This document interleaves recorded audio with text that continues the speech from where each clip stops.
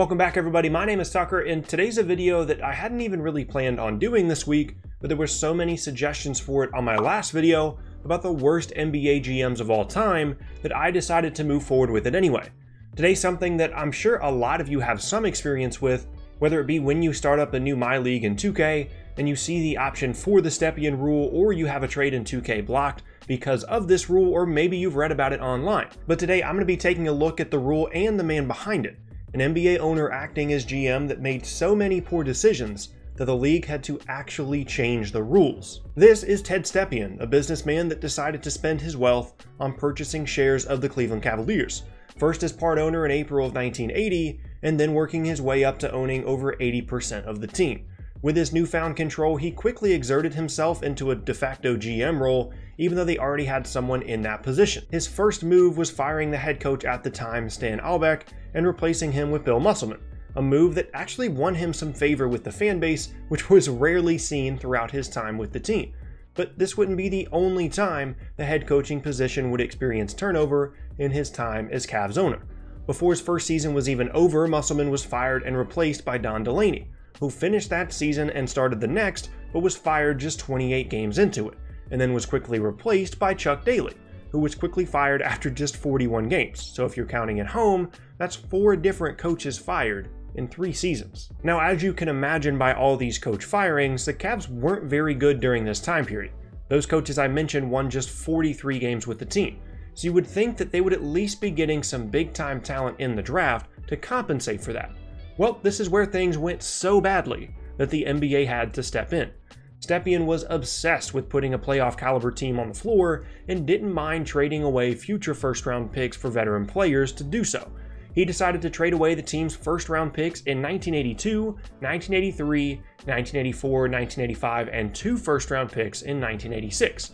At the time, there was no rule against this, and as the owner, Stepien could run his franchise however he wanted to. But the veteran players the team got in return never really helped them improve much, which meant those picks ended up being very high selections, including first overall in 1982, which the Lakers used to select future Hall of Famer James Worthy, a key piece of those 80s Lakers teams that won 3 championships in 4 years from 1984 to 1988.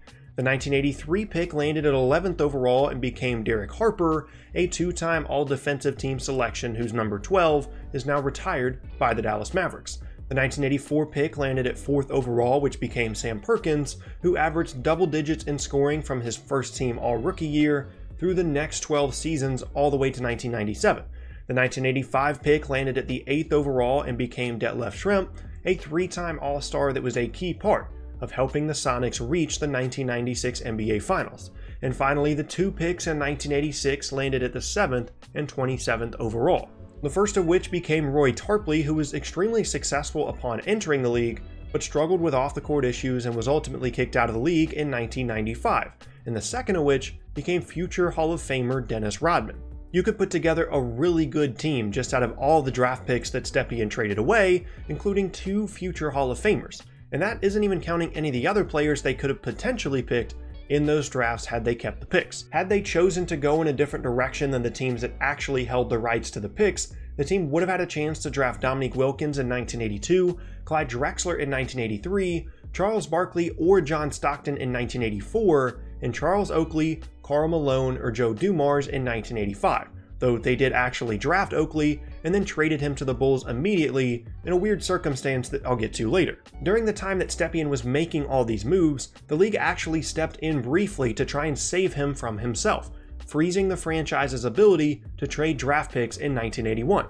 That's right, the league actually prevented the Cavaliers from being able to trade away their own draft picks for a brief period of time.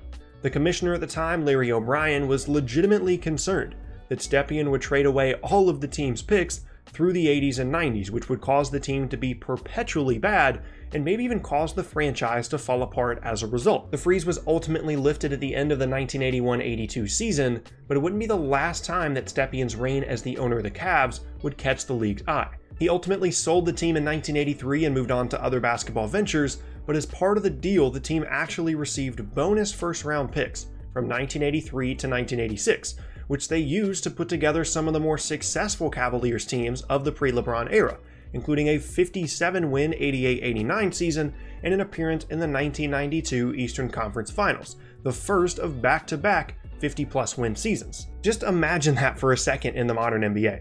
A team owner being so awful and trading away so many picks and giving the team basically no future, to the point that the league just gave them first-round picks as compensation in exchange for cash. And these weren't all just late first-round flyers either. The Cavs held the 24th pick in 1983, the 12th pick in 1984, the 9th pick in 1985, which they used to select and then trade away Charles Oakley, and the 8th pick in 1986, which they used to select Ron Harper. I knew prior to making this video what the Stepien rule was and a good amount of background around his time with the Cavaliers, but I had no idea that the league gave the franchise bonus first-round picks in years in which they'd already traded away their own picks in order to compensate for how poorly the team was run during a 3-year ownership stretch. Just imagine being one of the other teams in the league behind the Cavs' bonus pick. They got bumped back a spot in the draft just because Cleveland screwed up so badly under Stepien's ownership. There's no way that that would happen in the NBA today. Anyway, following Stepien's selling of the team, the league decided to enact a new rule under his own name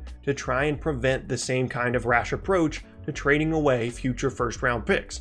Essentially, the rule prohibits a franchise from trading away their own first-round pick in back-to-back years, which has come into play a number of times since it was put into place, and is the reason the Nets gave the Celtics picks in 2014, 2016, and 2018 in the Kevin Garnett-Paul Pierce trade, as opposed to back-to-back-to-back picks. However, there apparently isn't a rule against pick swaps because the Nets put that into the deal with the Celtics in 2017 as well, which ended up landing Boston Jason Tatum. Now, along with this rule, an interesting debate has come up that I do think is worth mentioning here, and that's whether or not the Stepien rule should exist at all.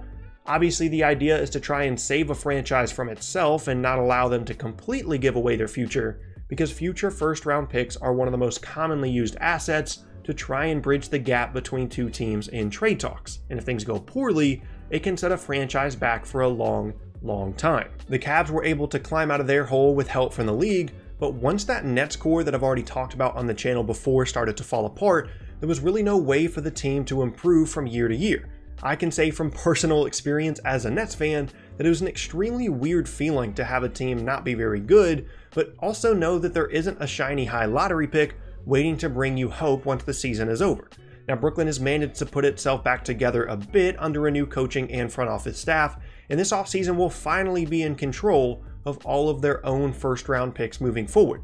But the argument is, shouldn't NBA franchises essentially be allowed to do whatever they want with their own picks? If a team wants to give away their future to win now, why is that the league's place to step in and tell them no? In the Cavaliers case specifically, the fear was obviously that the team would be so bad for so long that it may have completely fallen apart, something the league couldn't afford and wanted to prevent.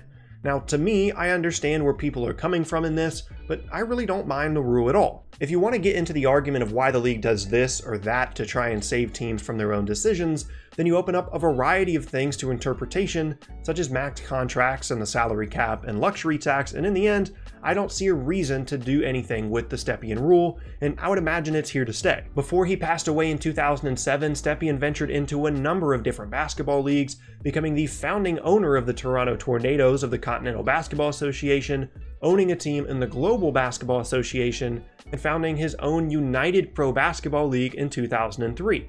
But none of those left the same kind of imprint on the history and future of basketball that his brief tenure as Cavaliers owner did. Obviously, I can't condone the complete disregard for the value of first-round picks that he showed, but I can relate to his desire to put a winning team on the floor as soon as possible. I even showed an example of that from the NBA team that I support in a previous section.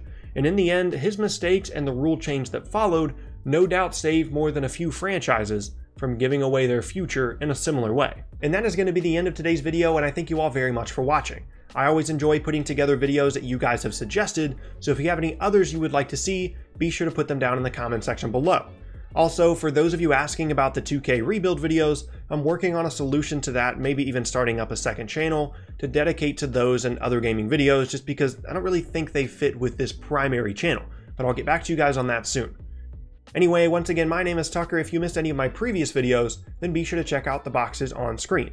Thanks again, and I'll see you all next time.